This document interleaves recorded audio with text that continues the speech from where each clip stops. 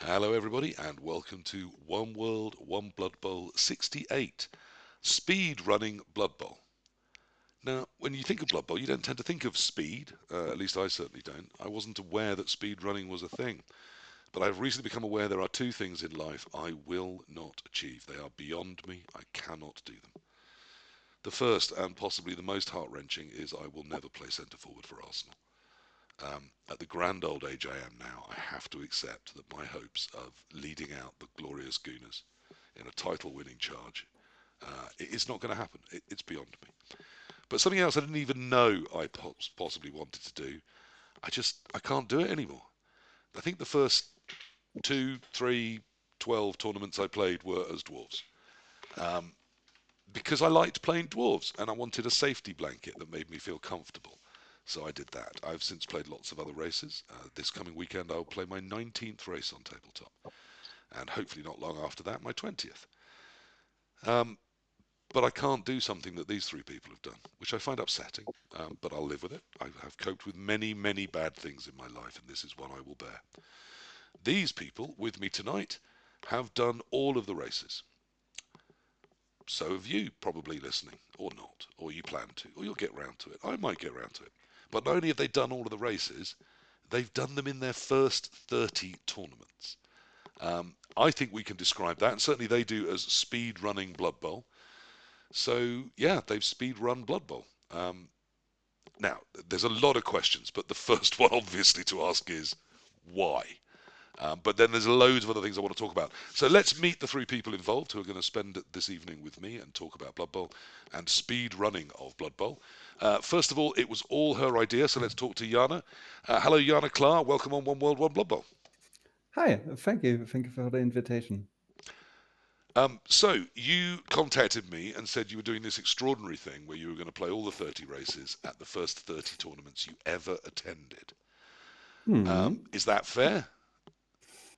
Yeah, that's pretty much what I did. I mean, back then it wasn't 30 yet when I started, Okay. but I think it's quite nice that it ended up being like exactly 30 around number. So how did Yeah. you first come into Blood Bowl? Where did your Blood Bowl begin? I play a lot of competitive Magic the Gathering. Like, have been playing that for like 20 plus years, like basically forever. And a good friend of mine who I go to a lot of Magic tournaments with. He used to play a lot of Warhammer Fantasy, and through that he got into Blood Bowl like ages ago. Okay. And when Blood Bowl 2020 came around, he was like, "Ah, I kind of want to do something with miniatures again." And he bought Blood Bowl and he showed it to me and my boyfriend, and we were like immediately hooked. Like basically from the first game, our friend lent us a couple teams that he had, I was going to say, do you and remember then what we. those first teams were? I think my very first game was with Old Norse, but I'm not 100% sure. Could have been Orcs as well, but Norse was definitely the first race I played like one or two or three times here at home, and Amazons as well. Like those teams we played a few times. Well, there's always lots of action in those games because, of course, lots of them will Yeah. get knocked off the field. And Yeah, but I then like quickly came to Necromantic, and that was the first like team I bought for myself. okay, and did you play in a league on tabletop? Yeah, I do in the Berlin Open League, and yeah, I'm usually not the biggest league fan. I kind of I kind of don't like when you spend a lot of time building a player and then he dies randomly, and I don't know. I kind of like the starting from scratch in a What's tournament what's better than every going to a time. NAF tournament where they can die three times randomly in the same day? Yeah, but then you start the next game and it doesn't matter what happened in the last one. Yes, That and they die kind of again. If helps they're my me. Croxical, that happens to them Yeah, every single game. They will be dead by turn three. Um, or they just don't do anything. okay, so a toxic friend who doesn't love you has introduced you to the world of Blood Bowl, and you've dipped Yeah, your toe in, and for some reason, rather than recoiling in horror, you've gone, yeah, this could be a game I enjoy. How from there do you decide to go to your first tournament? Is it fairly quick or? yeah, fairly quick. Um, we pretty fast saw that there is a tournament in Berlin where we live, but it was already booked out. That was a Berlin Open, I think, as well. And that was right, like I said, it was like end of 2020, early 21 when COVID was like still happening, but like softening down a bit. And we used to go to Prague to play Magic pretty much once per year at the bigger tournaments there. And so we saw that there is going to be a tournament in Prague, which is like 4 hours away by car. And we had like uh, a location where we could sleep there for free. So we were like, yeah, let's just go to Prague and play some Blood Bowl there. And yeah, So because of the Magic the Gathering, you'd already had a game where you'd played and gone to tournaments with it. So that yeah, was a very natural process for you. yes, yeah. Like I've played in quite a few countries for Magic, and my boyfriend and my other friends even more. So like going from oh this is fun to oh let's play in a tournament was very natural. Like that's the thing you do for us. Yeah, I mean, I have to say, I mean, for me, even getting up out of a chair, admitting to my loved ones that I wanted to go somewhere and play with my little soldiers, was a bit of a big move. But it sounds like that was fairly seamless for you. So where Yeah, in that for process do you us. decide? Okay, so you're going to go to your first tournament and you pick a race. Presumably, it's one that you've played and you have available to you. Yeah, I first played Lizards because I thought, well, it's presumably one of the easier races to coach, That's and I definitely did, true. Yeah, if and you're a I did lizard coach, fairly you're wasting your well. time. Do something harder. I did fairly well the first few rounds, and yeah, then for the second tournament, I was like, oh, let's play Necromantic since that was my first team, and that's something I done before. And I think from there, I think the third one was still like basically random that I like chose it or wanted to play it or whatever. And I think after that, I was like, I I kind of struggle with remembering all the things the other coaches do against me, Yep. and was like, okay, I understand what the positionals are and what they're doing, but I don't like understand what they're doing. I don't get it like fully. And I always felt that when I play something myself, it's much easier for me to go back to that in my mind and kind of adjust to that while I'm playing against that. Yeah, So that was where it started, both but experiential learners and kinesthetic learners will find that actually yeah, getting their hands on the pieces, moving them around, thinking whilst moving them what the problems are, will really help them from the other side in facing those problems, won't it? exactly. And then at some point it just became a point of pride to be like, I kind of wanna finish this and wanna do this for myself. Okay, so sometime between say 2, 3, and 4, that's where it became an Yeah, actual plan. around It around it that. started accidentally, and then it solidifies into there's a thing I could do here, and I think I'm going to. Yeah, How long did that basically. take? How long were those first few tournaments? Um, it was a while. I Because as my you say, you're first based tournament. in Berlin, in Germany, where there is a Blood Bowl Yes, scene, but it's nowhere near as yeah. active as, say, the UK. I mean, it is quite active. We usually have like around almost 10 tournaments a year just in Okay. Berlin, Oh, that and is active, yeah. uh, yeah. So and there are a couple of ones around Berlin as well. Like Hamburg isn't too far. Leipzig always has a very big tournament once per year. So it's fairly easy to get a lot of games done, but I like for me it took from February 2021 up until yeah a couple of months ago, so up to summer 25. So quite a couple of years. Wow. And was there a point where you were thinking, I'm gonna pack this in and get it done in a super, I'm gonna speed run it. I'm gonna get them all done and tick that off as an achievement. There was a time in the middle where I was like, oh, I kind of want to play much more tournaments, and my boyfriend was like, ah, I don't enjoy Blood Bowl tournaments that much, and I was like, okay, I'll just go on my own. But Or a yeah, rift in the love match of Blood Bowl making. No. it's no, it's more he prefers like he's very competitive and he's very good at Magic, and he kind of struggles a bit more than I that he's not brilliant at Blood Bowl, and Uh, for me, I basically don't give a shit. yeah. I mean, we'll I talk have fun later about whether regardless. competitiveness is one of our peak aims or not in Blood Bowl. Yeah, It's a game. Play it to have whatever fun you find fun. Really, and you Yeah, will find never a judgment from me, unless you're playing rats, in which case you're obviously a bad person. Okay, so we've got you up, we've got you playing, we've got you achieving your 30 races in 30 tournaments. How did it feel at the final moment when you did the 30? What was that moment like? that felt very relieving. I was very happy when I finally could say I've done it, because I mean it was very fun, and I ended with I like when the last few races were still out, I planned it in a way that I'll finish on a race I will enjoy, and so that also really helped. And originally, I wanted to finish at Volcayo's last tournament, the one he organized, but I missed like one tournament before, so yeah, it ended up being like I think my second to last tournament. So yeah, it Yeah, was if anyone sees Timo, close. tell him we miss him and tell him to come back. I I heard rumors. They they often come back, but they sometimes don't. So Yeah, let's see. and I We'll see. don't really expect it, but there's bets in Berlin. I'd love to see him back. Such a lovely guy, such a huge part of Blood Bowl, and such a huge heart Yeah, within Blood Bowl. yeah, Okay, so we've got you there, we've got you playing, we've got you finishing and feeling relieved. That's a very interesting word. Now, you mentioned a few other people to me that had also done this. We've since heard from a couple of others on, I think it was Reddit, where we got a couple of sniffs of people going, "Why didn't you ask me, PC?" The lovely Hardcore Stig, friend of the show, so shout out to Hardcore Stig, who claims to have done this, including using suboptimal teams or doing stunties in a 24-hour tournament. Blimey, there's a level of self-hatred there. And also, Ad Prestigious 2387, I don't know if that's your NAF name, also claims to have this achievement, but did it back when it was the 24.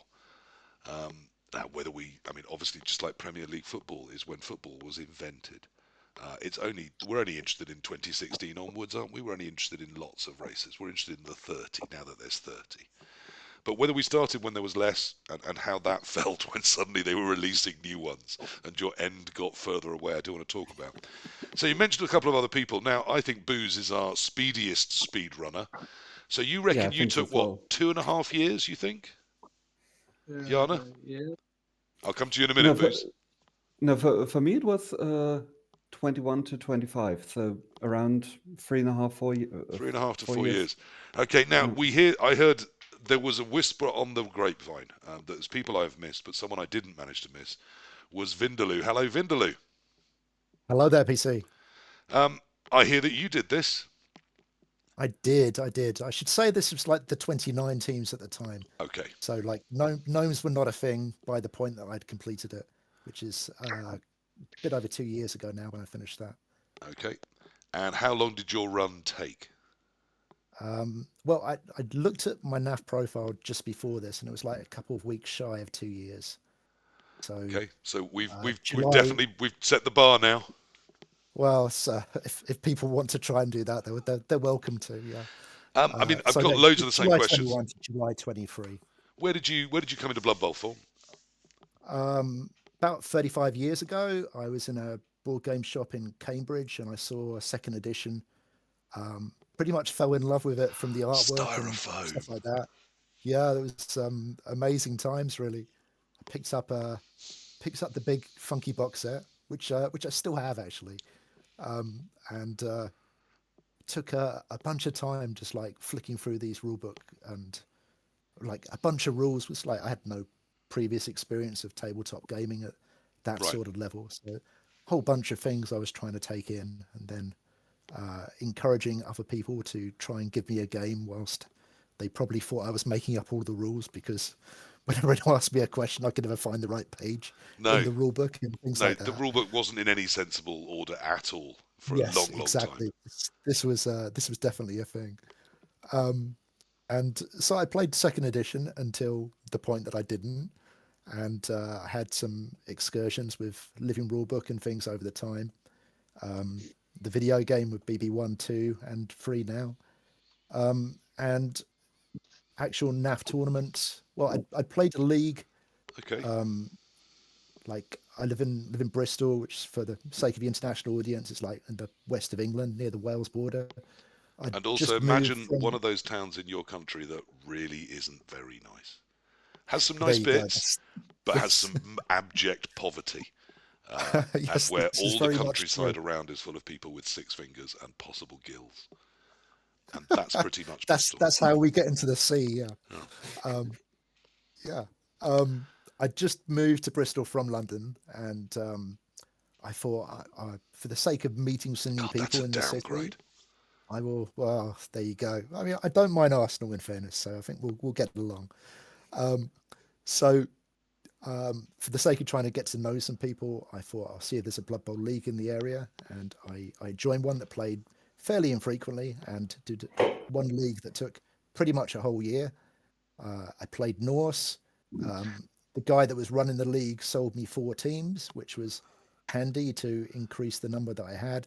But I'd had some that I'd built up over time in the background, um, which was handy for what So, carried on a bit so you'd bit been later. playing online, and you'd played as a youngster, I presume, for second edition. I doubt Relative you were. youngster, yeah.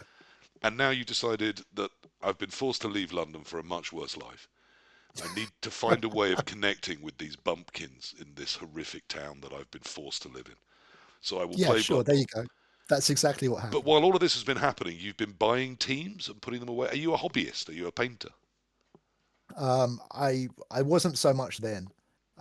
What I was doing at one point was seeing if I could find cheaper painted teams on eBay or stuff like that, and picking them up there. Now I would consider myself like a reasonable painter, but that's something that happened during my time playing NAF tournaments, I guess.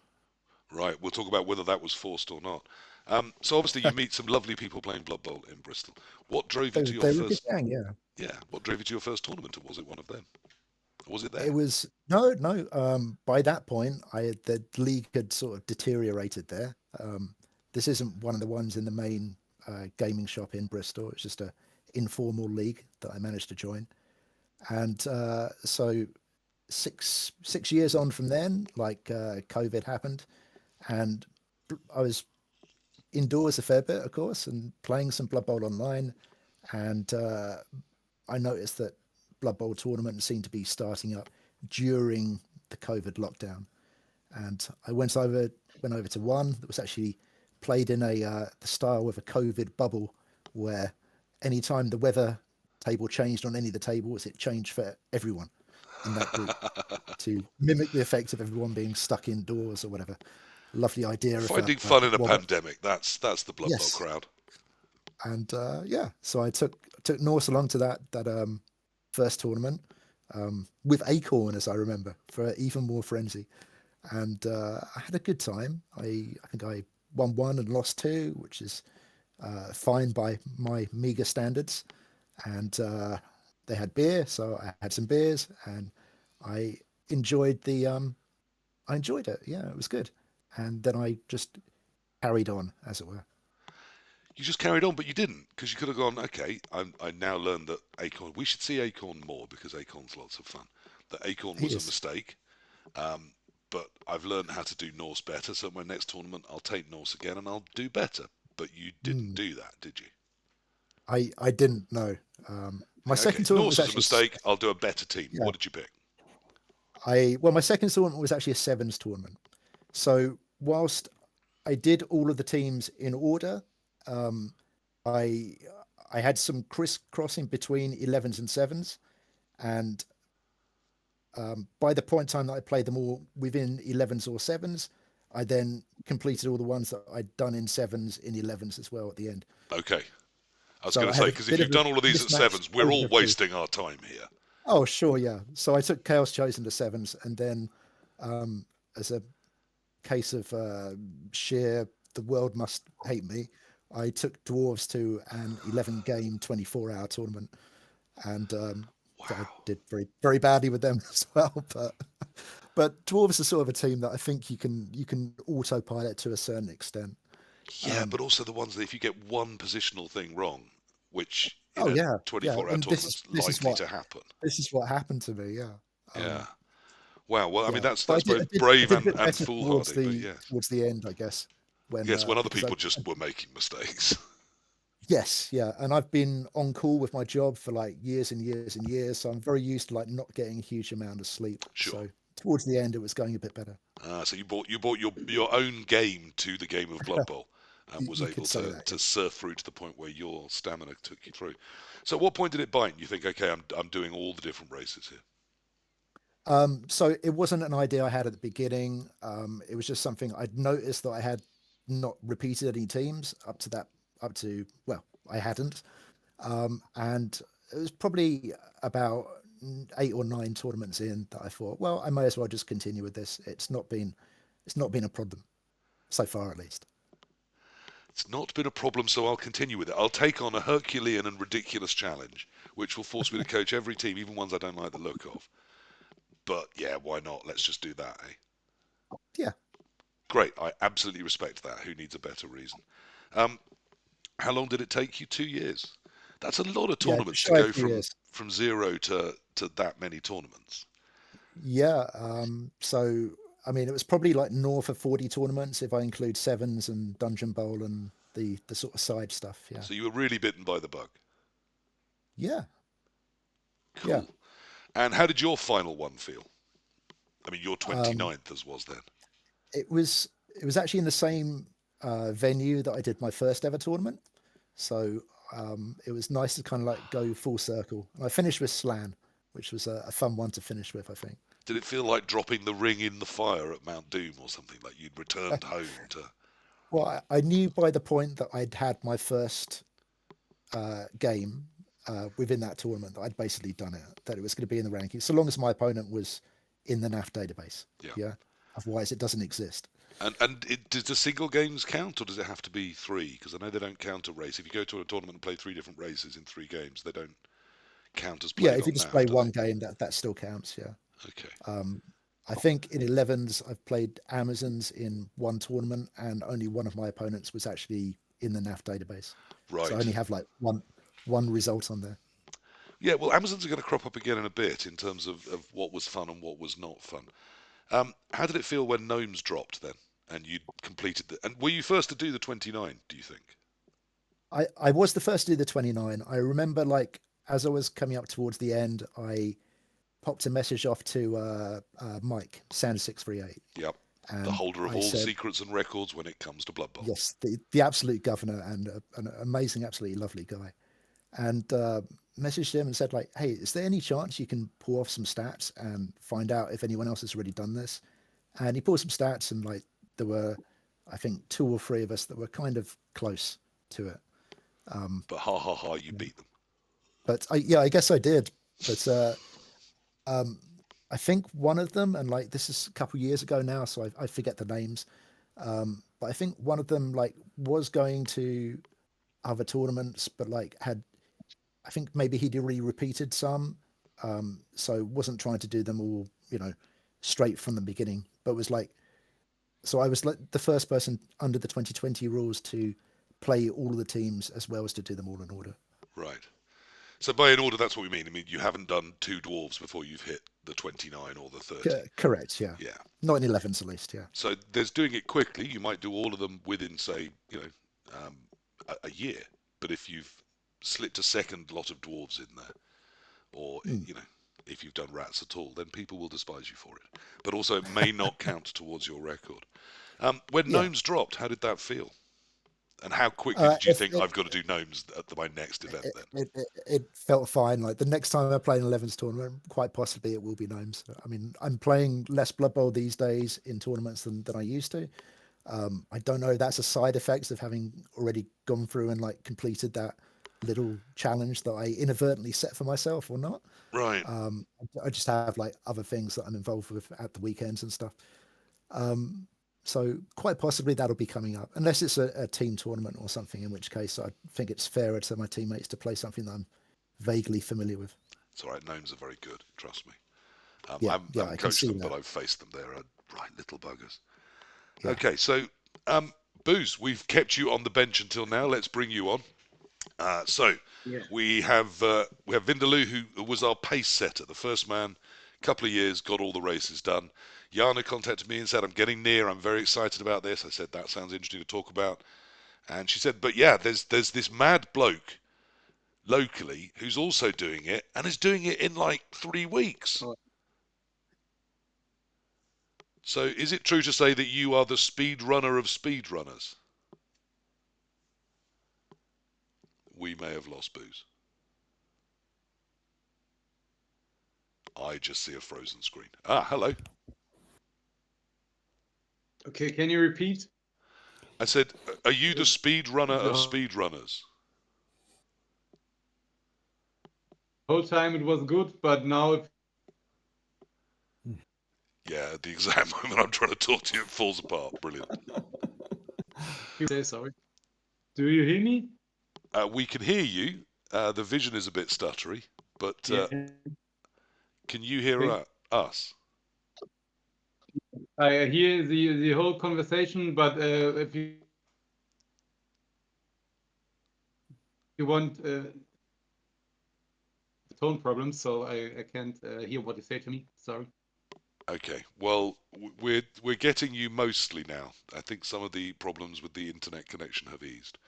We did do a technology test, and this worked perfectly when we were chatting before, sadly. But less so this great. time. So we've talked to Vindaloo, who seems to have done it first and fairly quickly. But Jana also told me about you and said that you're doing it at an incredible breakneck pace. So I have the same sorts of questions. How did you get into Blood Bowl? And then how did you decide to do a speed run?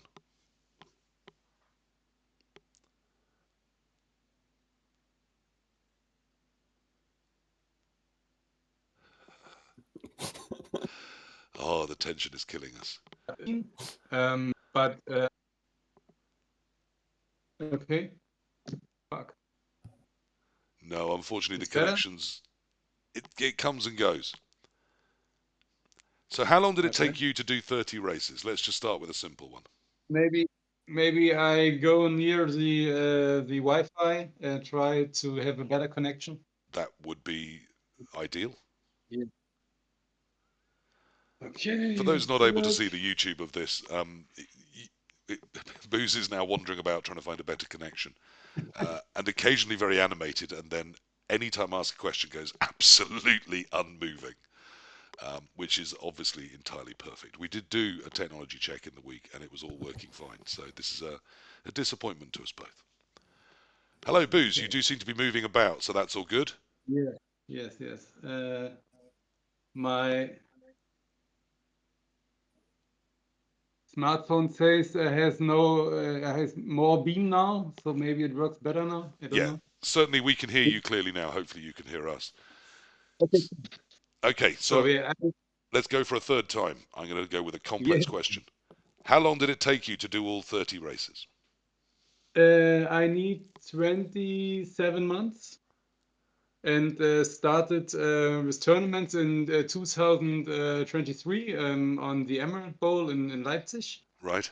And it was a team tournament, and a friend of me asked me, as I started a Blood Bowl in 2016 with the new box, and I'm a 40K guy, and don't hear of Blood Bowl before.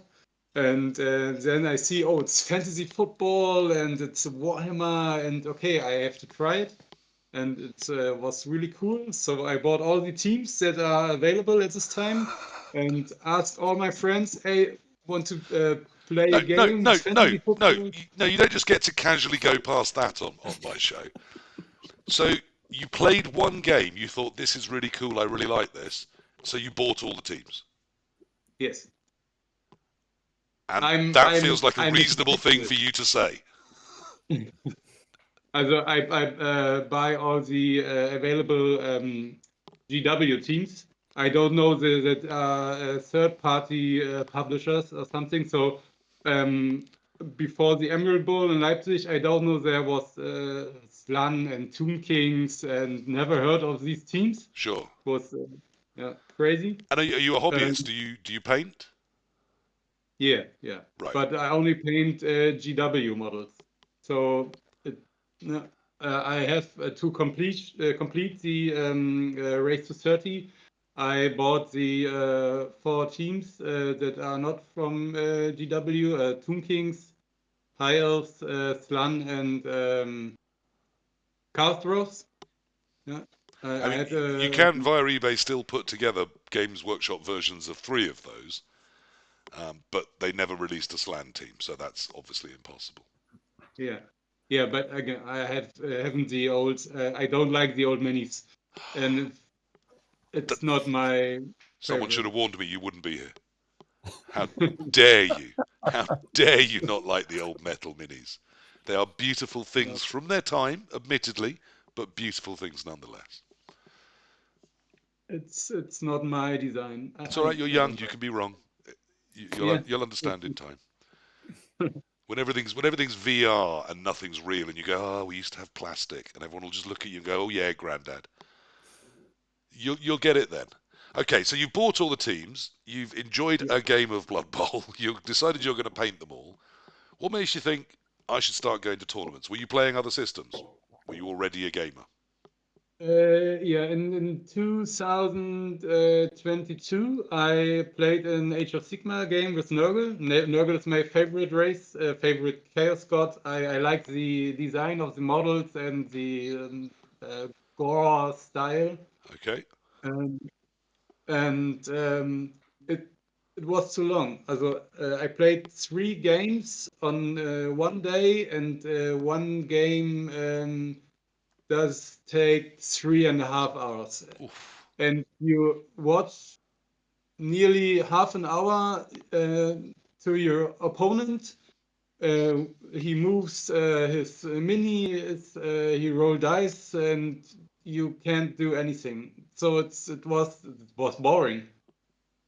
Half of the time I looked on the table and don't do anything. So I don't like it. And 2 months later, there was the Emerald Bowl, and the pace of the game is so cool. I liked that you have to look on the opponent's turn, what he does, and you have 3, 4, 5 minutes, and then it's your turn, and you have to do things. So, and when you see his strategy, if it's work or if it's not, you have to overthink your own strategy and have to react to this, and Yeah, it's really there's a lot cool. of decisions on the fly.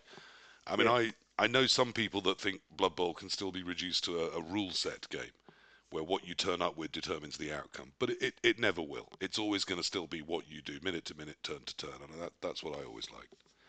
yeah. So, what did you take to your first tournament? Which was your first race? Undead with I think it was a shitty skill choices because I played with 2 multi-blow blitzer, 2 wrestle, 1 block. Also, it was not optimal, but I don't know. I was a league player before, and was my first tournament, and I don't know how to play in tournaments. So it was yeah, yeah, Yes, because NAF builds and league builds are very, very different.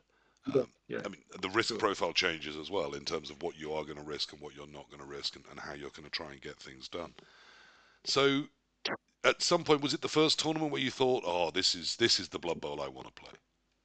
Yes, yes, absolutely. It was I loved it. On this tournament, I met the Faco boys, and the atmosphere of the tournament and all the players are so great. It was I like it. On day one, I looked when are the next tournaments, so I was hooked. And that was a two Absolutely. two day event. So halfway through, you were thinking, "Okay, what's my next event here?" Yes. And when did the decision come to speedrun? Um, I think it was on the same tournament because I have all the available GW teams at Because you'd home. already bought all the And teams, yeah. So it was yeah, obvious. so I don't know which one I play next. So okay, the second tournament was with Black Ox because I have the second starter box, and I try them, and the third one I don't know, I have to look. But I like playing Blood Bowl, and I don't care about the team I play. I like multi-race tournaments. If I can play more teams at the event, it's better. So because I think you have to, a good coach can play with more teams than only one, than a specialist one. So you have to, yeah, look which no, you have to know your opponent's team to know how you play against it, and so I think it's better if you play more races, so you know how to play against them and how to play with them. Yeah, I think that I can see how that makes a load of sense. Um, are you aware that yours was quick? Was that part of the goal? Let's see how quick I can do this. No, no, I don't want to be the fastest guy in the world. I only want to play Blood Bowl. And so Entirely reasonable. I have to ask my wife. It was a really hard first year with and this time we got the second children, and So so twice as much reason to leave the house. yes,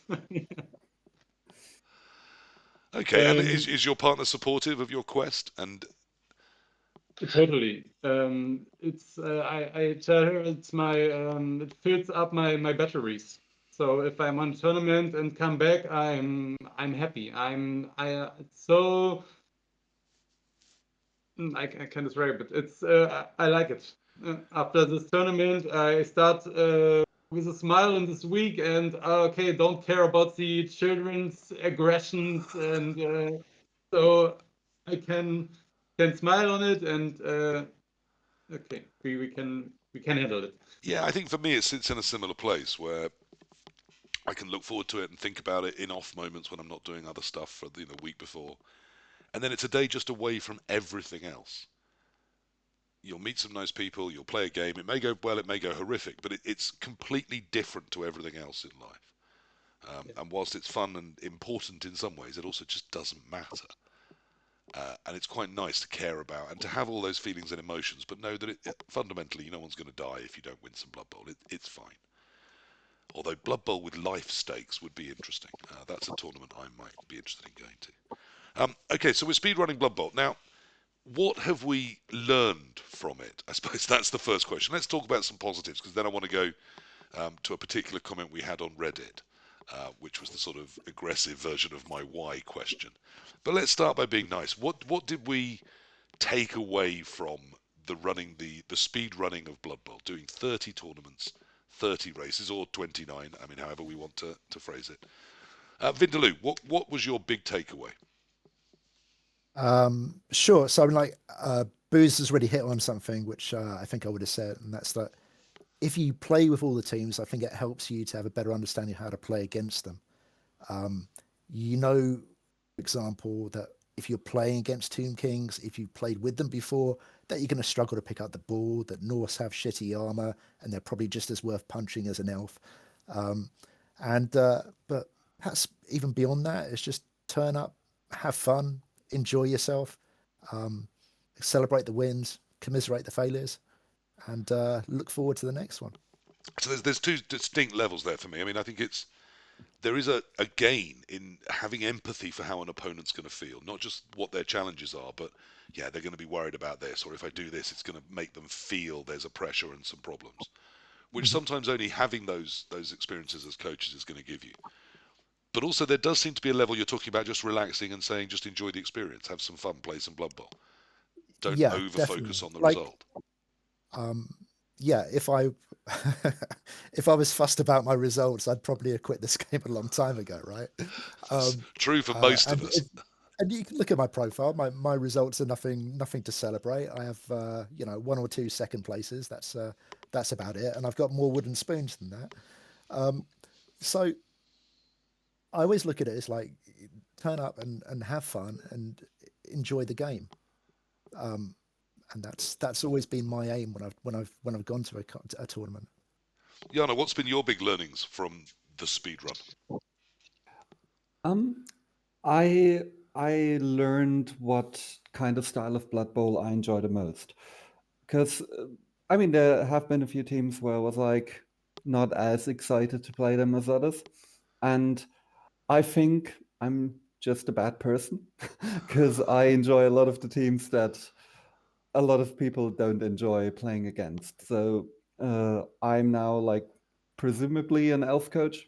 I think that's what I'm gonna play for the foreseeable future.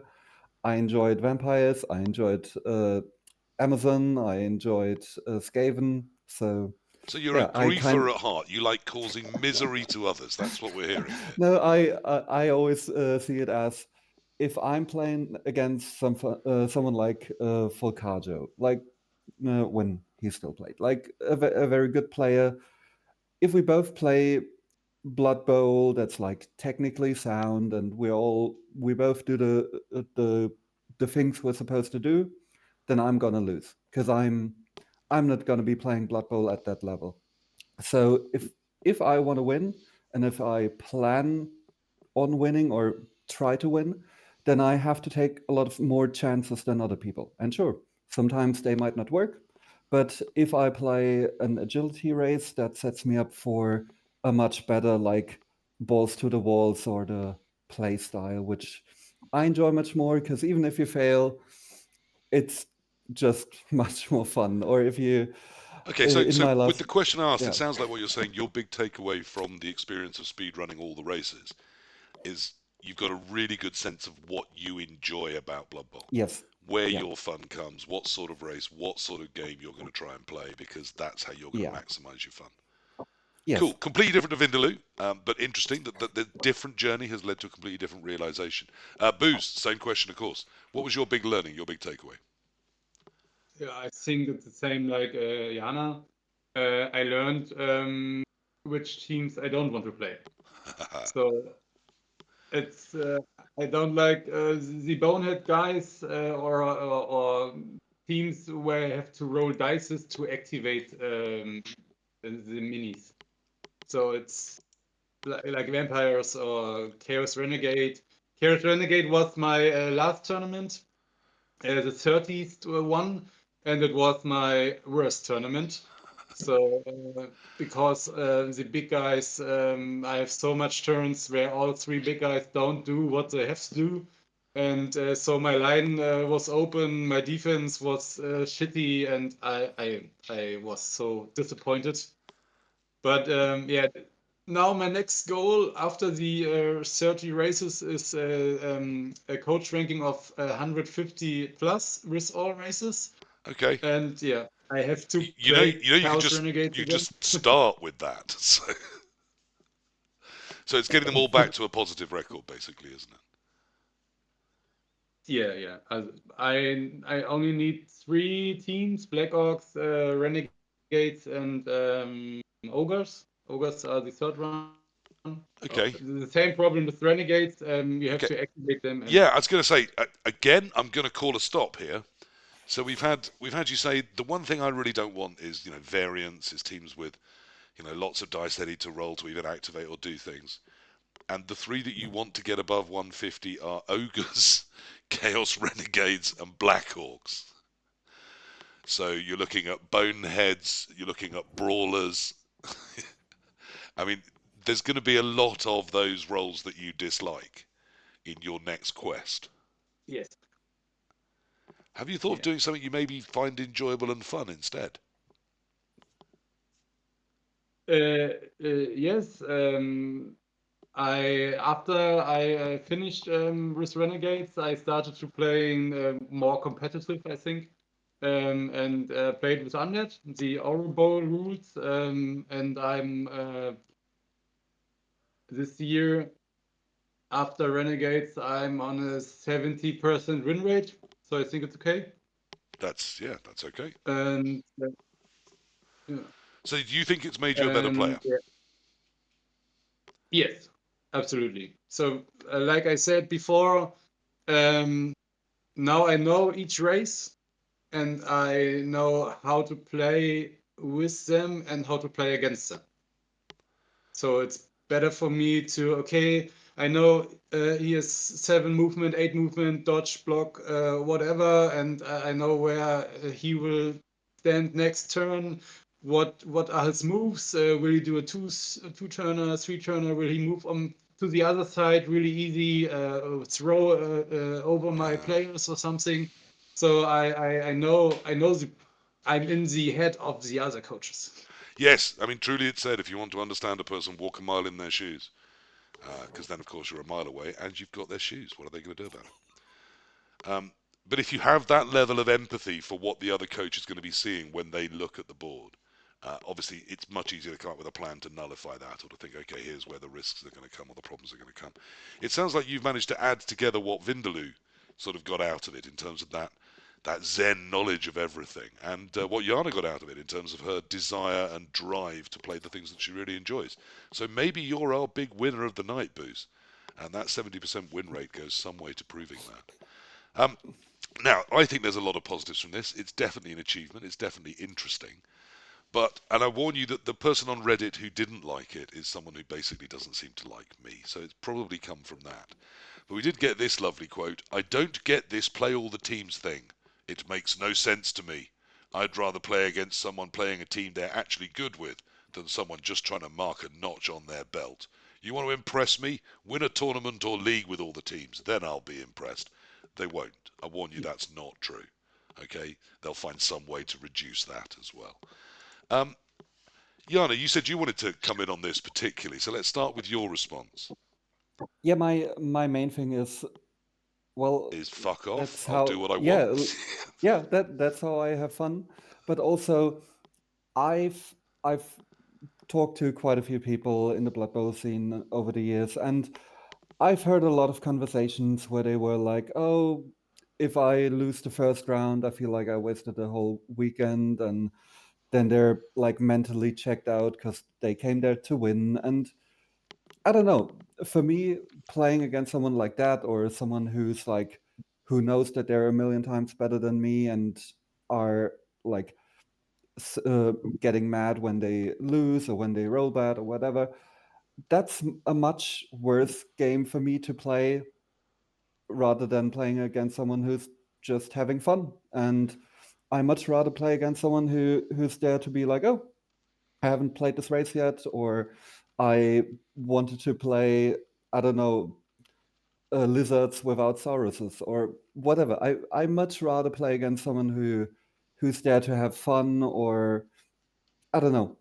I I think if your desire to only play against the best people in the world, I don't know, maybe you should become one of them and try to play at the highest level, but that's just not what I'm here for. Yeah, I mean, I think if you want to face me with lizards without any sauruses, I'm fine with that. Let Yeah, me just, I want to go I'm on also record as fine. saying I will never object.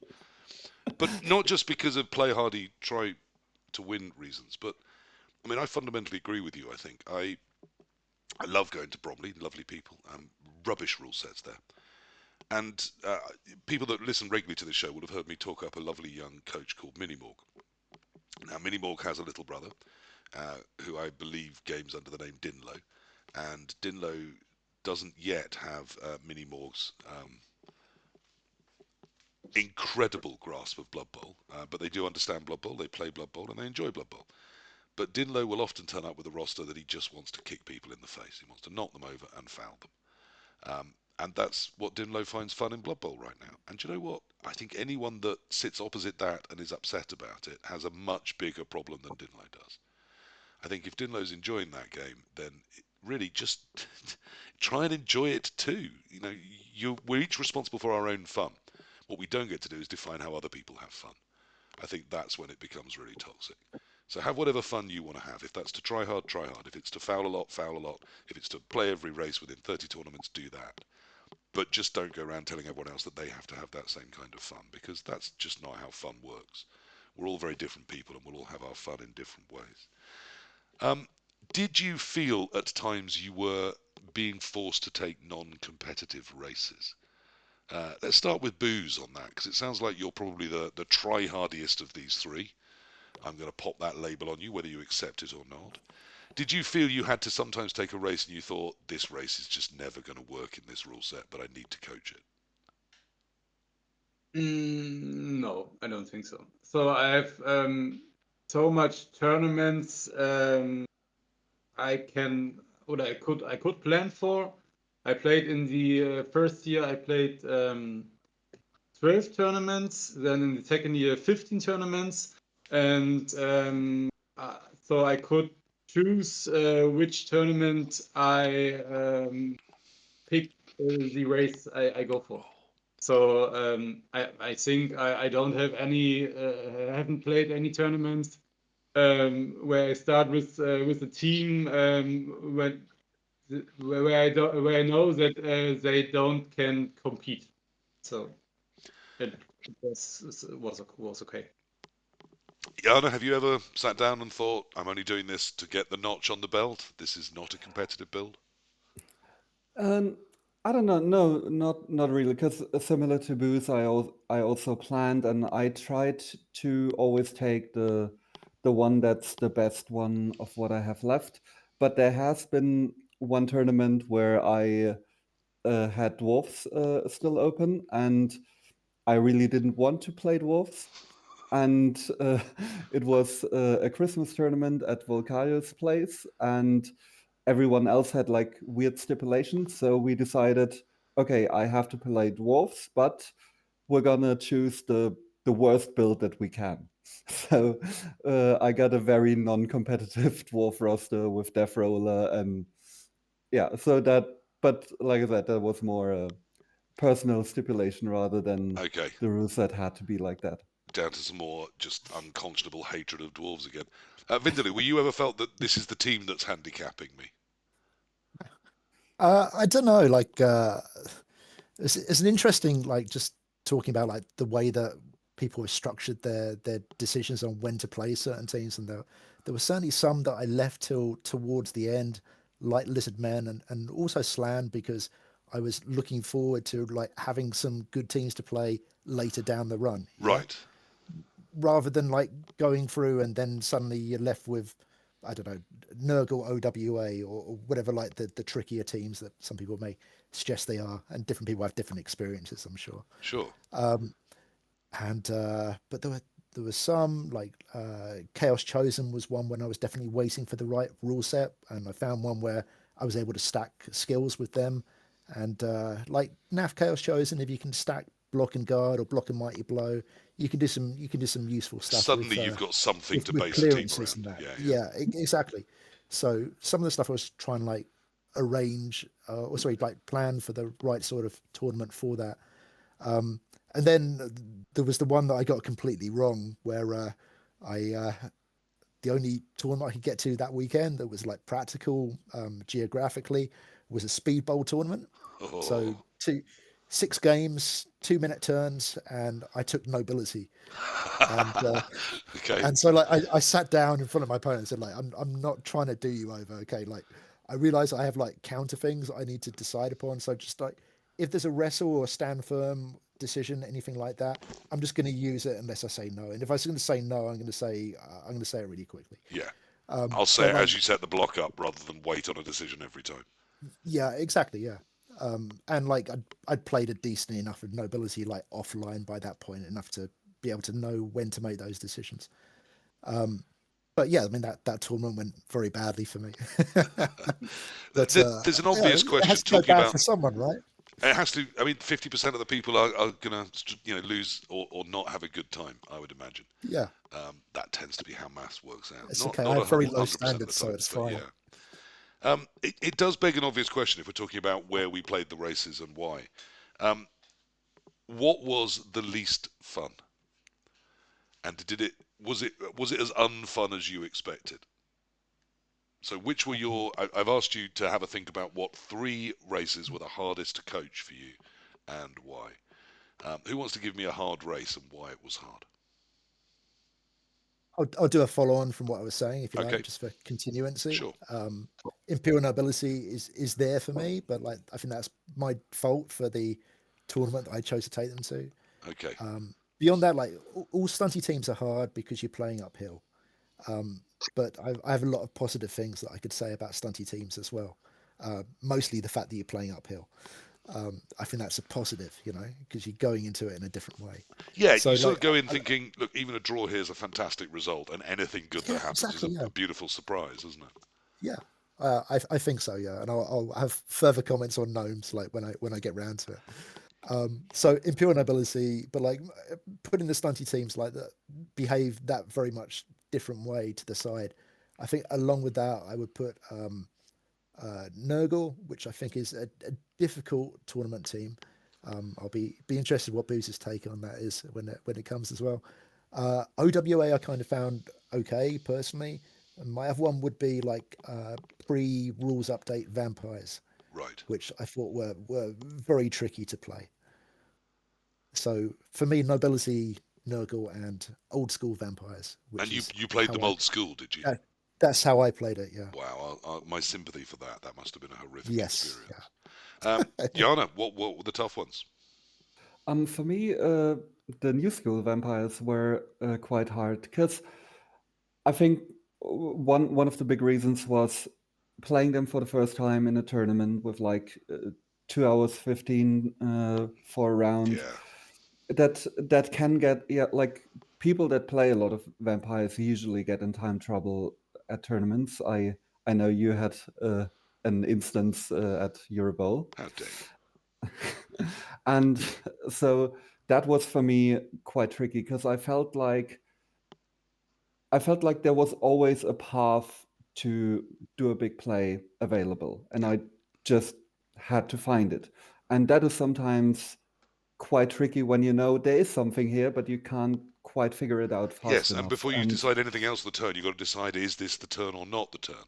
yeah, And is the turn going to be better and next turn or not? And then you decide, okay, so now I've decided I'm not doing it. What am I doing? Or and especially for vampires, you have to like set up your big play. You can't just yeah, go for it with one play. You have to like do a couple of moves in between, hypnogaze that one, move someone there so you can bite if necessary. And so you have to do a lot of planning. And especially when you're new to that race, that was quite tough for me to get it in a yeah, timely I can see that. manner. And yeah, I like after the first game, I immediately pulled out my chess clock and played every game with a chess clock because I felt like, yeah, I'm wasting time.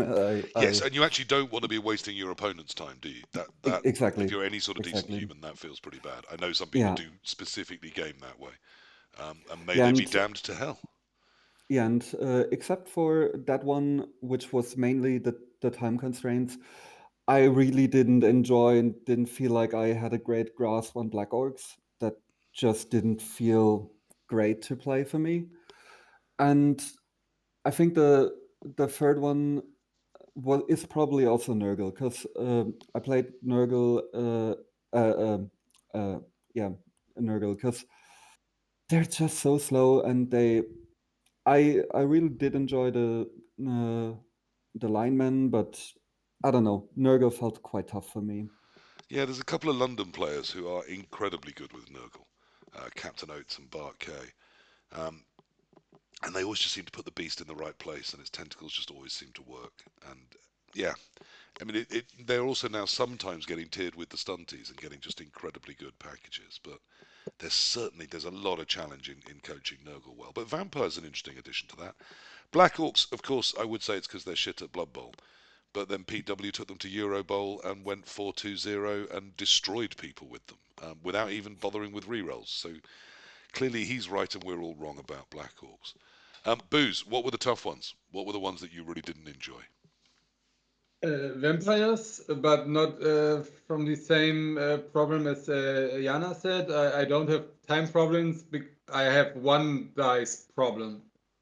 So you have 2+ to activate, 2+ to hypnogaze, or two for another thing. So I don't like, as I said earlier, Yeah, the teams, the bonehead teams. So House Renegades, Ogres, Vampires was my worst three.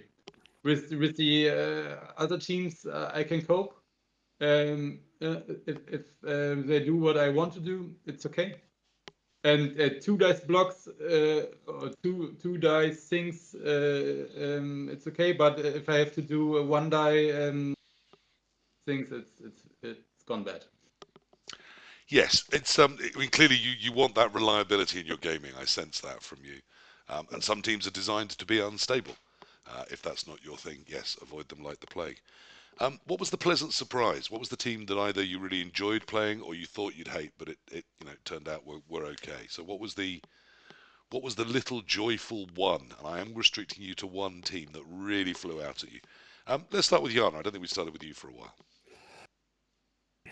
Maybe Slan.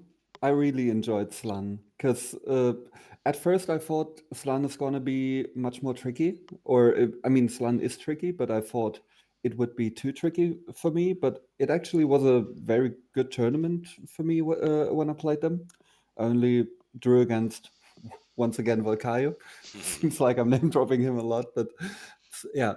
Um, so that was quite a good tournament for me, and it felt like I mostly did sort of the right thing. And I, like I said, I thought they would be just way too hard since they don't play like any other race, Well, it's interesting. I but mean, I think of them as they slightly just like flew by. vampires in that almost any turn they can do extraordinary things.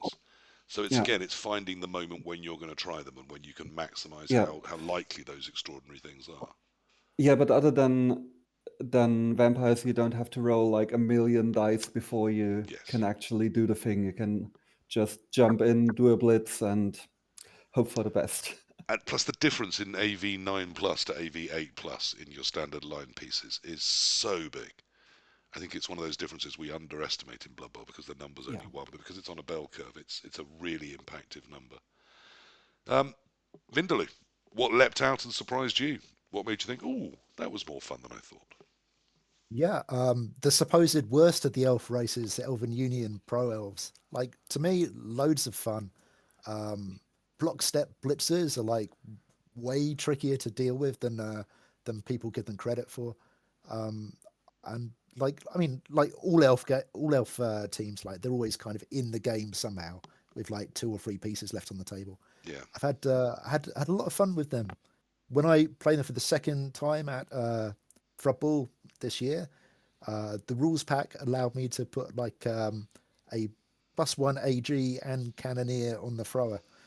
So he was like throwing stuff all over the place at like really easy rolls, and that was I'm amazed that piece didn't get removed in 6 games. But uh, Well, of course, he can lots stay. of He can fun with stay that. hugely in the backfield where no one can get to him He anyway. he So, can, yeah.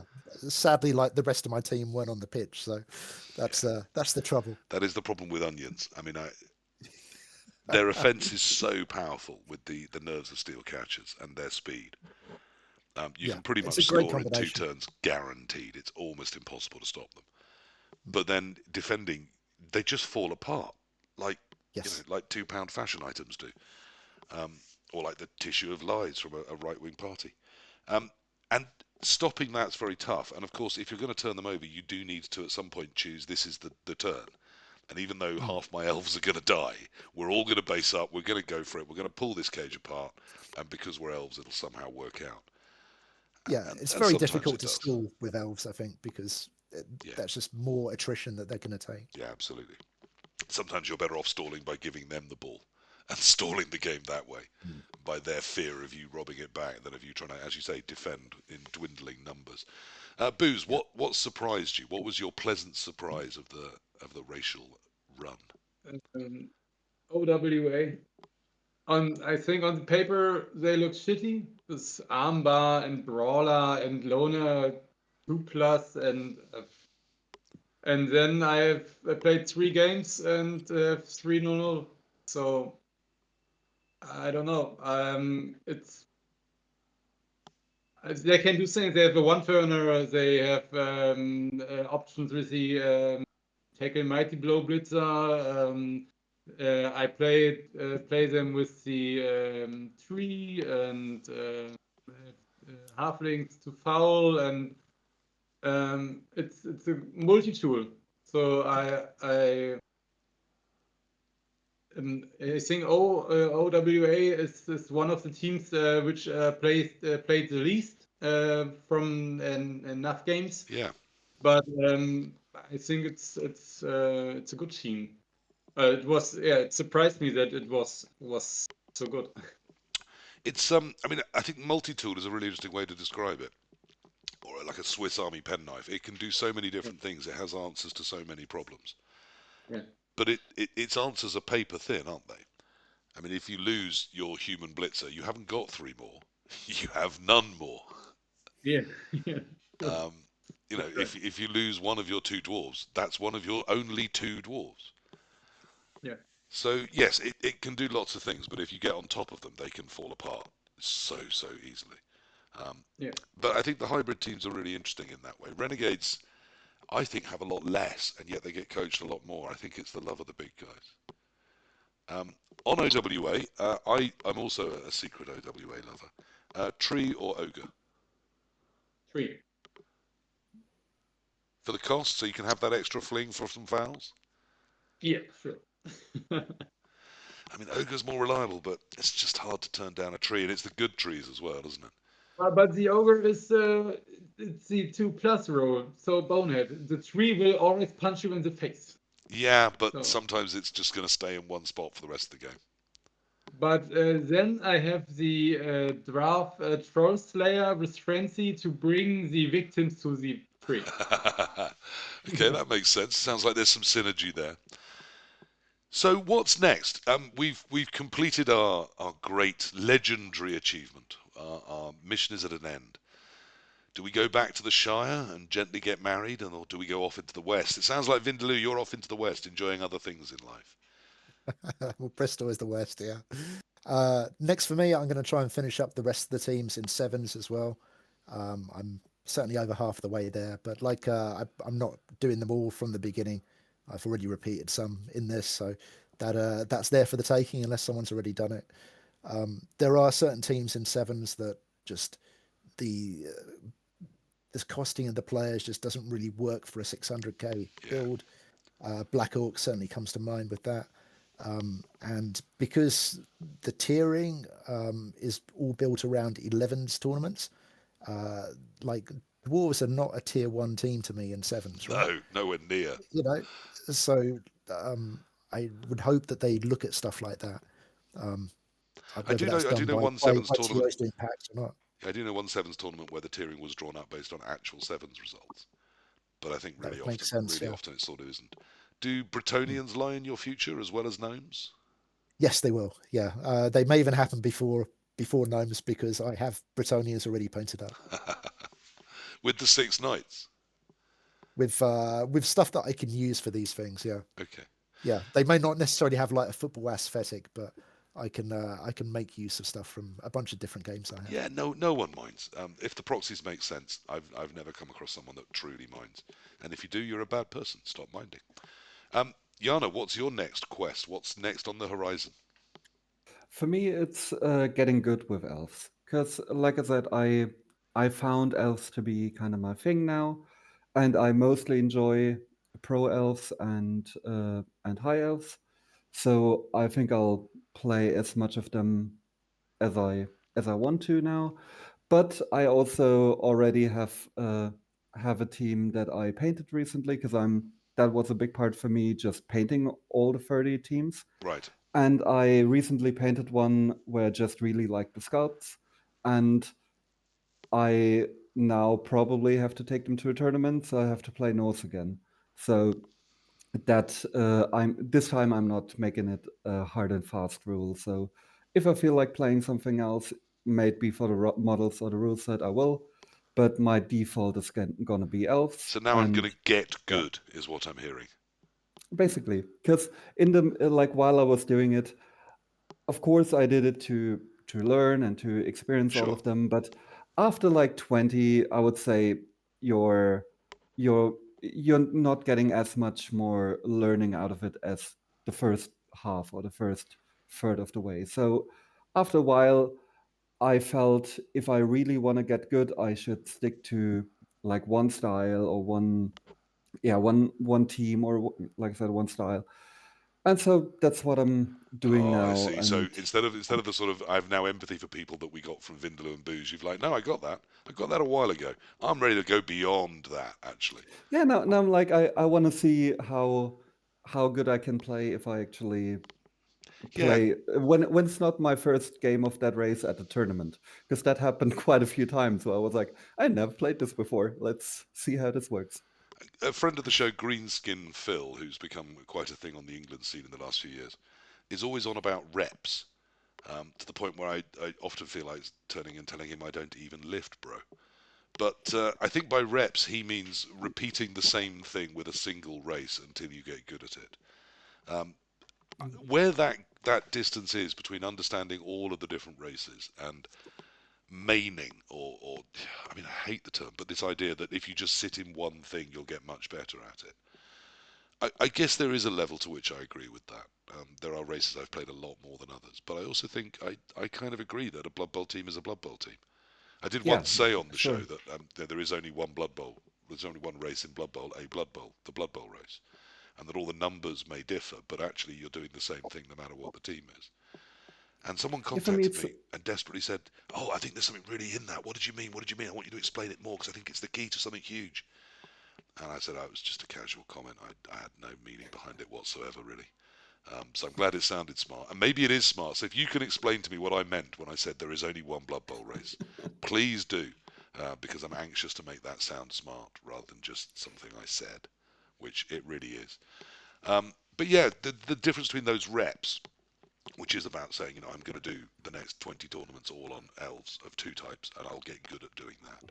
Or and I'm going also to I explore think and understand just all the races. I think there's real learning in both. yeah, and I think it doesn't matter too much if you're like when you're playing a lot of wood elves, there's not too much of a difference between like switching to high elves there. Like there are groups or archetypes in Blood Bowl where I think you can easily switch from one to the other when you played a lot of that and have a lot of experience there.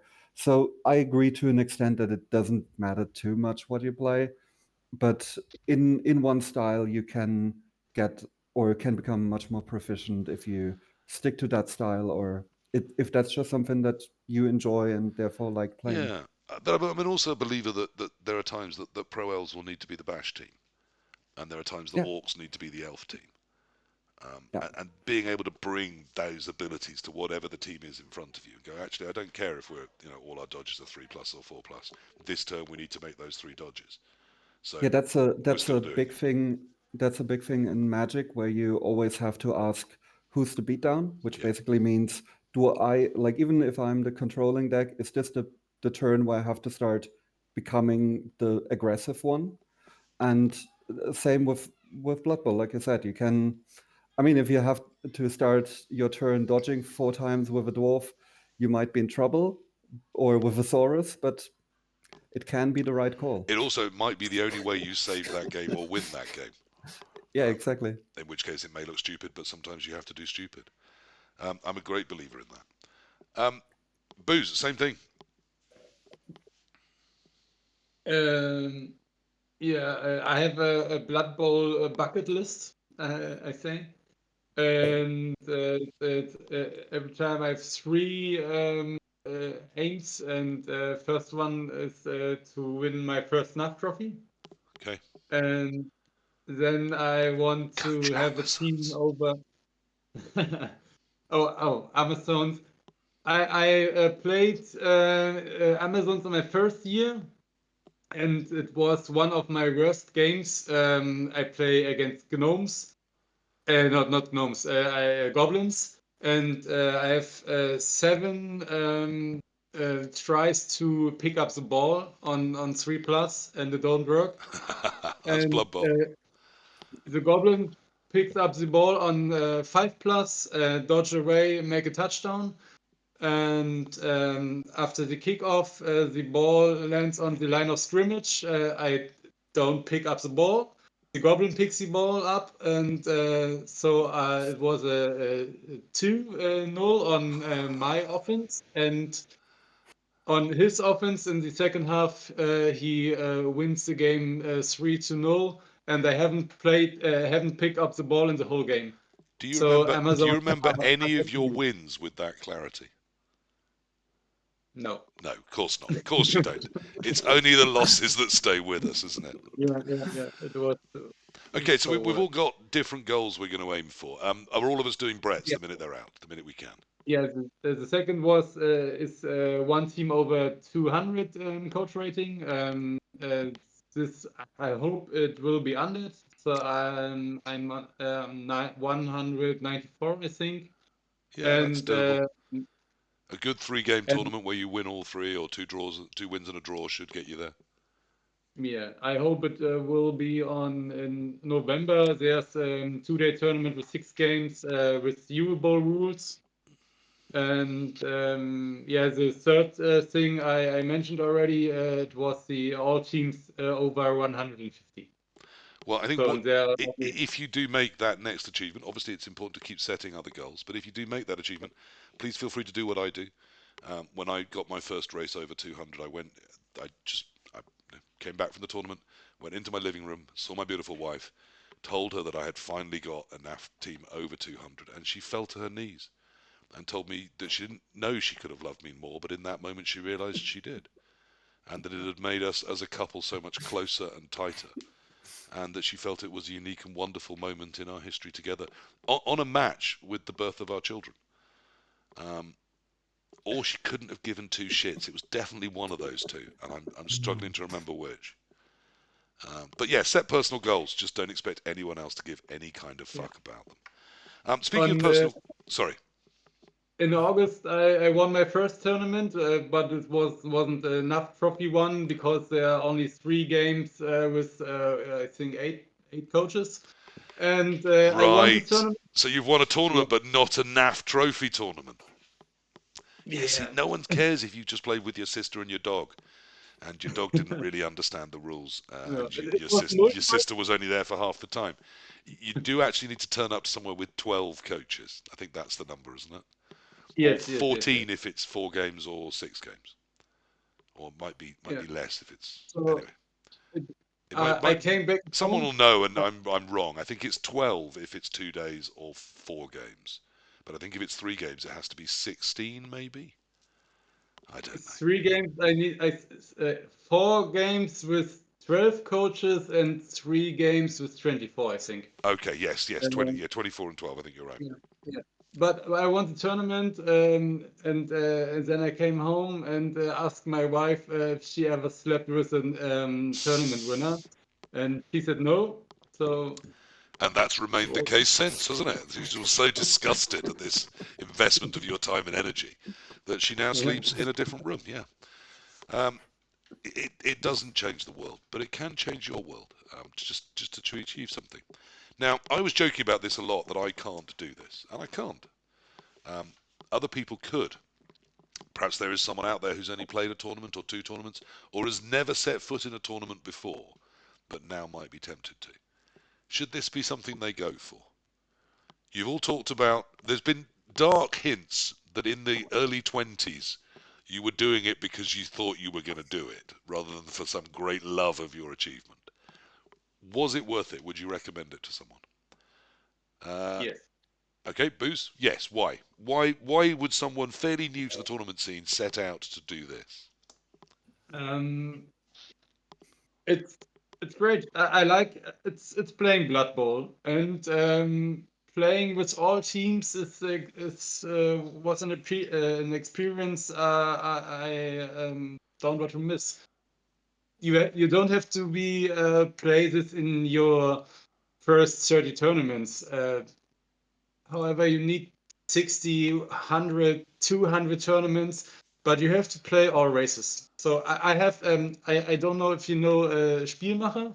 It's one of the better coaches in Germany, Yep. and this year on I had a birthday tournament, and I gave him a challenge. He's on I think 26 teams now, and I gave him a challenge card that I will pay his German Team Bowl ticket next year when he play the last 5 races.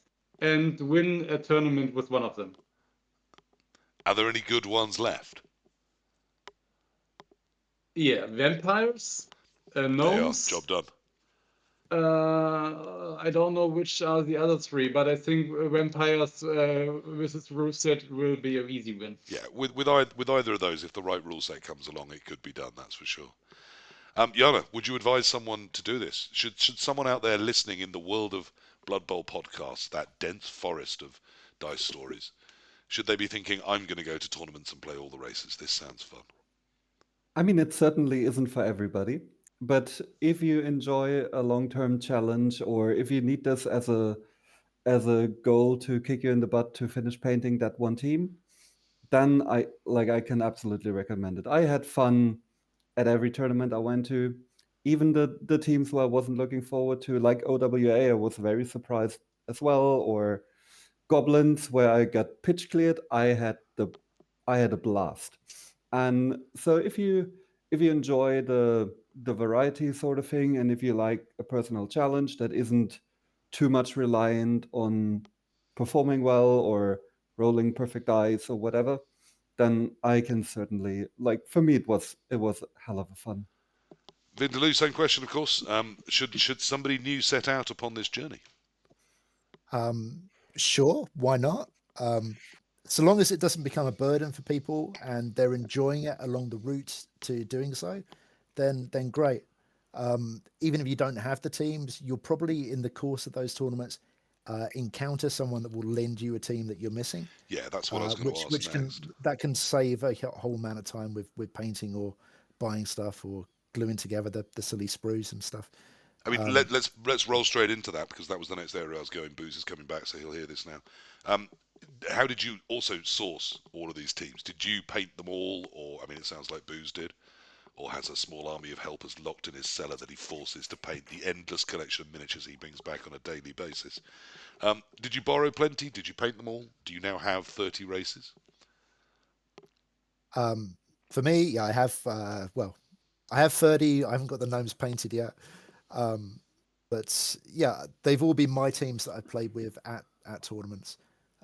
Some of the ones in the early days before I was actually like taking into the hurdle of painting stuff myself, I was like picking up the odd cheap team off eBay.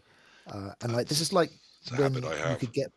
you could get painted teams way cheaper back then before the 2020 box set came out. I've just been sent pictures today Significantly so. of the gnomes I've bought and had painted and are having shipped to me for £108, and they come with 2 trees. I mean, I think I'm robbing this poor man. The quality is really, really good. It'll be in my Discord when it arrives at some point this week if anyone cares.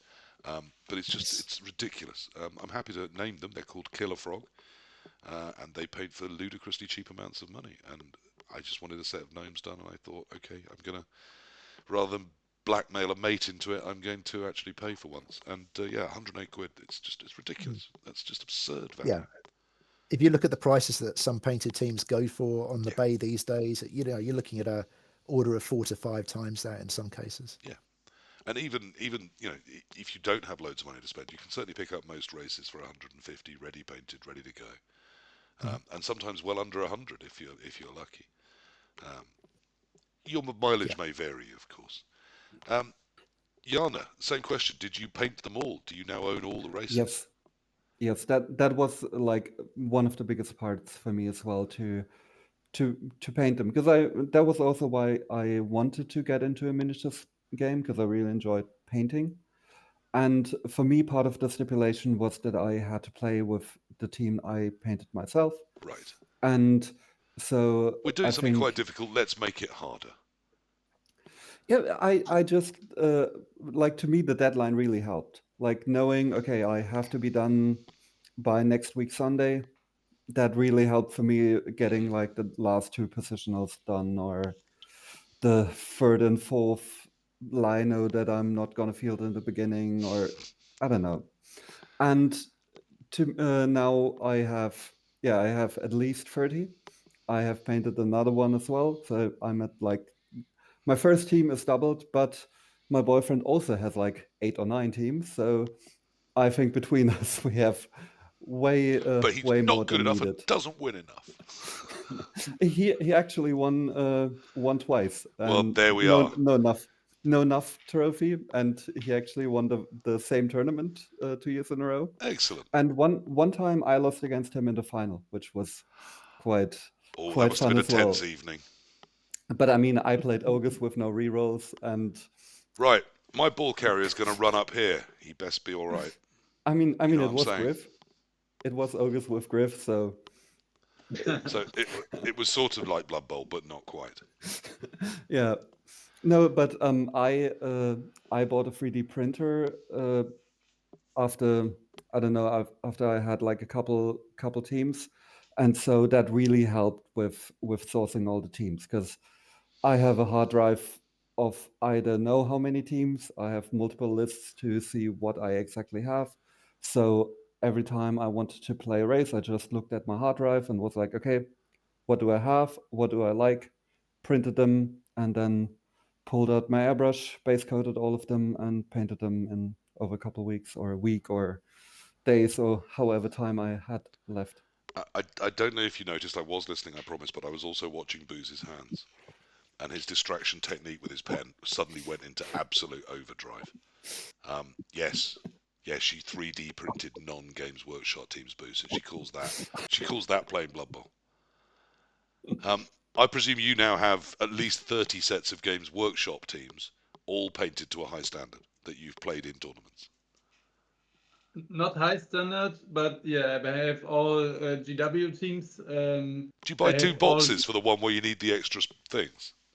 yeah, because I was a league player before the tournament, so I have every team on full roster.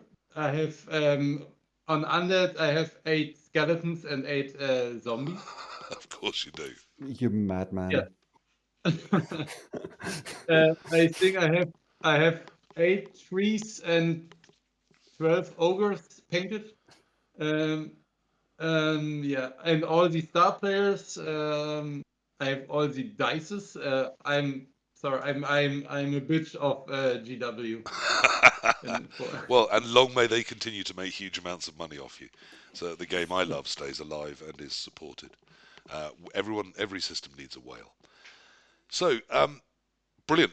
We would advise people to do it, and we've enjoyed doing it, and we've done it with our own, mostly with our own models. I have to admit, I do think you don't need to have all the teams to do this sort of achievement.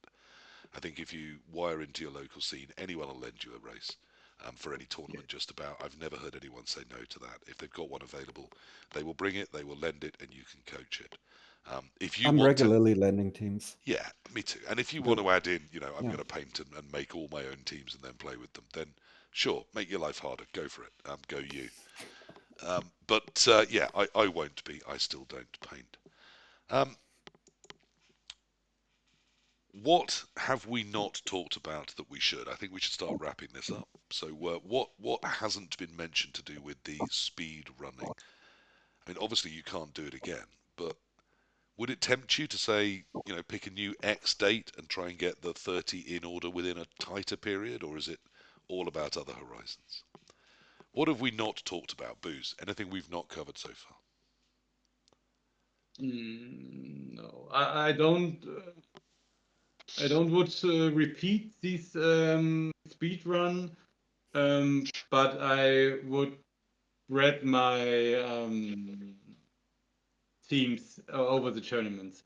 So I think this year I specialized to undead, but I played also gnomes. I played in 2 weeks. I will play Underworld in Helsinki. I played. So I'm not only specialist to run race. I want to spread my Blood Bowl love to every team I have. And is that So based on rule set and design? Do you think you've developed a good eye now for what races are going to work within rule sets now that you've got that yeah, intimate knowledge yeah. of them? Okay. Um, Jana, what have we not covered? What do you want to tell me about or talk about? I briefly thought about doing the same thing in the next edition, whenever it may come out, but I quickly get to point where I was like, nah, I'll just try to learn one race So or you've already one enjoyed style it, of but you play. definitely won't do it again. Basically, yes. Okay, sounds like me and going to Australia. Um, Vindaloo, anything we haven't talked about? Um, no, I think we pretty much covered everything. Just expanding on Yana's point, though, like I think in order for me to want to do this again, it would have to take a very drastic shift in the rules um, from from where we're at the moment. I don't think this new version, third season, whatever it's called, Yeah. is going to be that. If there was something fundamental that changed in the game, then I might be interested in giving it another go. But it wouldn't be something that I'd get through in 2 years I like mean, last time. we don't know yet. It still hasn't surfaced beyond just the teaser that we had. But all the rumours that I've been hearing have talked about evolution, not revolution. So I'm not Yeah. thinking we're going to see root and branch change. But we might. There might be something in there that no one spotted or realised or thought about, or that they're going to pretend they meant all along, like changing rerolls to as many as you want, anytime you want, which definitely was their intention and not just that someone forgot to put it in the rules. Um, I'm minded very much of the last episode where I was talking to people that had travelled to as many different countries to play Blood Bowl as possible. And ultimately, the conclusion I came to is this is just part of the greater sickness within Blood Bowl, which is there's a lot of Blood Bowl coaches that are collectors. And whatever it is, we want to collect it, whether it's badges on Nuffle or types of dice or the races in a certain order or the countries we've been to. There's just this need to have yet more and more things accruing around this hobby that we enjoy doing. And I think that's fantastic. I think whatever, we talked about, whatever motivates you, whatever gets you out of bed, going to a tournament thinking this is going to be fun. Even if it's at the end of those 3 games thinking, thank God I never have to do Nurgle again. I have crossed that Rubicon. Then what a great feeling to add on to all the other feelings of going to a tournament is that sense of, I'm ploughing through something I've decided I'm going to achieve. So I have a lot of respect for it. It's too late for me. I cannot be tempted down that route. Plus, I suspect I might be too try-hardy for it anyway. Having already had quite a rep online to come to the tabletop and admitting I had no idea what I was doing. I'd never played a tabletop game in my life. I was simply an online gamer. That's who I was before I went tabletopping. So the idea of abandoning dwarves and taking a race I wasn't as much of a safety blanket with me, I think would have been terrifying. I think one thing I do spot in all of your backgrounds is that you come very much from a gaming world, where even though this may have been we're going to launch in from the beginning, it wasn't your beginning in that form of gaming. You brought those skills, that tabletop ability, that tournament going ability with you already. But that doesn't mean you have to if you're out there. If you're inspired, and if like me, you've never left your house to play a game, and you so decide actually I'm going to do it, and I'm going to do all the tournaments and all the races in order, then what was it? 22.5 years, 26 months? Did you say 28 months? Booze? Yeah, 2027. 27 Yeah. months there. Let's not add on one that wasn't needed. 27 months is your target if you want to be the quickest in the world. You can't be the first, and you can't be the one person to suggest it to me, but you can beat Booze's record. Let's knock that one down. And you're gonna need around 400 miniatures. Yes, you are going to need a lot of miniatures, or the borrowing of miniatures. Yeah, Um, 385 it was for me that I painted. and who knows, at some point I want to talk to Andy Davo, who is trying to set the record. If you remember this time last year, I had on Torquemada and Greenskin Phil, who were busy setting the most tournaments in a year record. And Andy Davo plans to smash that this year. I think it was 186 Torquemada played games in a single year, and I think Andy Davo's trying to beat that. So if he manages it, I want to do a record breakers episode. And of course, two of you here, unfortunately not you, Yana. We have the first and we have the quickest. You might just be the most charming, so there we are. But yeah, we have a couple of record breakers here, and we have yet more people who are out there playing their Blood Bowl, but also collecting something else, motivating themselves in different ways. And I've been very open about the fact I think we play Blood Bowl and we choose a game that can have brutal beatdowns in it because of the emotional experience it brings us, both positive and negative. Every rose has its thorn, every cowboy sings a sad, sad song. And I think that's one of the beautiful things about Blood Bowl is that ability for it to affect your mood, your state, your who you are at that given moment. And if you can add on more layers to that by challenging yourself in other ways, I think that's all to the good. I don't think you have any responsibility to your opponent except to turn up and play a game that you find fun.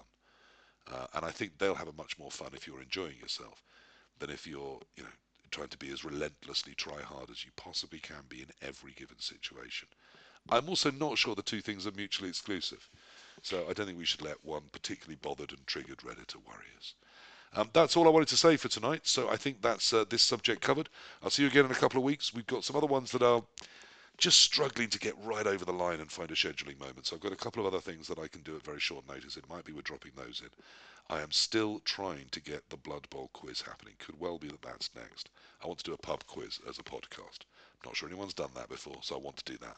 But for now, that was the Blood Bowl Races Race, or Speed Running Blood Bowl. If it's available to you, you can choose to do it. For many of us, we blew it.